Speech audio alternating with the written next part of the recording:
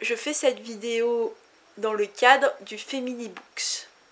Je me demandais comment introduire cette vidéo et surtout le livre dont je vais vous parler aujourd'hui, et ça tombe bien parce que dans les nouvelles, il y a un argument de choc par Natasha Polony, qui dit que la prescription et la présomption d'innocence sont des principes essentiels et il est inquiétant de devoir le rappeler. Une partie du féminisme est en train de dériver vers une délirante haine des hommes. Ce dont on va parler aujourd'hui dans cette vidéo, c'est de Dirty Weekend d'Elena Zahavi. Natasha Polony a commencé avec la présomption d'innocence, alors elle parlait de Polanski évidemment, mais dans Dirty Weekend d'Hélène Zahavi, je pense qu'aussi il y a présomption d'innocence, tout ça, et de la provocation évidemment. Hélène Zahavi a écrit Dirty Weekend en analysant les mécanismes de domination des hommes sur la femme. Elle a pris une femme, comme tout le monde, elle en a fait un personnage qui va devenir quelqu'un, une misandre, oui, une très grande misandre cette fois-ci, qui va se permettre de tuer pas mal d'hommes en fait. Ces victimes sont des hommes, et des hommes qui ont à se reprocher toute la mécanique de domination. Après, est-ce qu'on peut reprocher à quelqu'un qui vit dans une société patriarcale de se comporter comme un con alors que notre société patriarcale fait en sorte de juste de dire que c'est normal de se comporter comme un con avec les femmes. Tout est violent dans ce livre et tout est beau, enfin pour moi tout était beau parce que même le style fait en sorte de peser vraiment sur l'esprit et sur la diégèse du lecteur.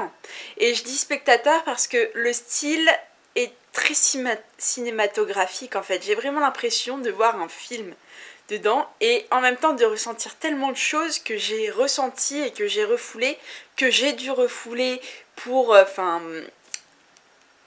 me préserver dans la société et surtout pour être une honnête citoyenne. Mais ce livre me donne la possibilité et donne la possibilité aux victimes et surtout à toutes les femmes qui ont subi des violences sexistes, qui ont subi toute cette société patriarcale et qui vont la suivre jusqu'à la mort. Là, Hélène Zahavi nous donne la possibilité de purger nos passions et de purger quelquefois, je ne dis rien, mais quelquefois peut-être a-t-on des envies de meurtre sur les hommes. Cette femme qui s'appelle Bella ne va pas être qu'une femme dans l'immensité des femmes et des hommes, ça va être une sorte de symbole qui va vivre et qui va un peu évoluer. Et oui, on va voir toute son évolution. On va voir qu'elle est victime déjà. Elle est victime d'un stalker, elle est victime d'un homme qui est assez pervers et assez obsédé au niveau du sexe.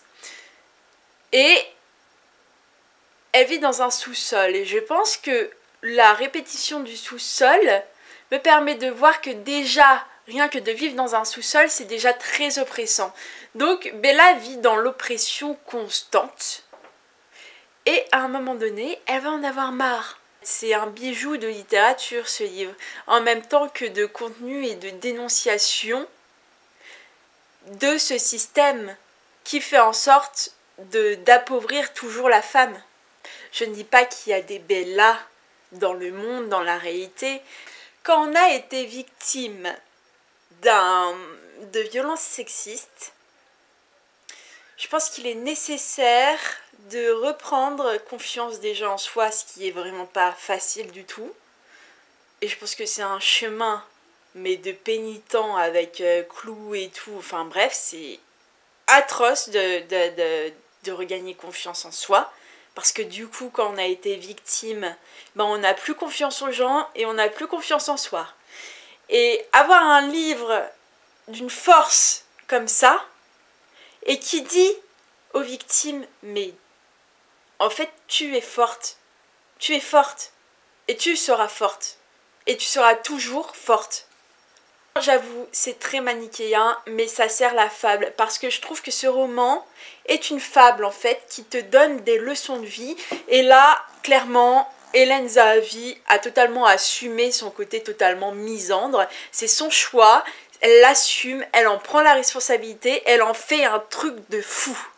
Bah Bella qui a été victime va comprendre, et en fait elle va agir, et donc elle va tuer. Elle va commencer par et ça va être dans une ferme, dans une sphère très intime, et ça va se finir par quelque chose de plus général et dans la sphère publique, dans une rue en fait.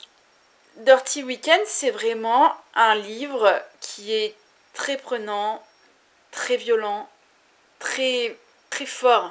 J'ai vécu ce livre comme quelque chose qu'il fallait que je vive, justement pour essayer de contrer la dépression qui arrivait à cause du sacre de Polanski.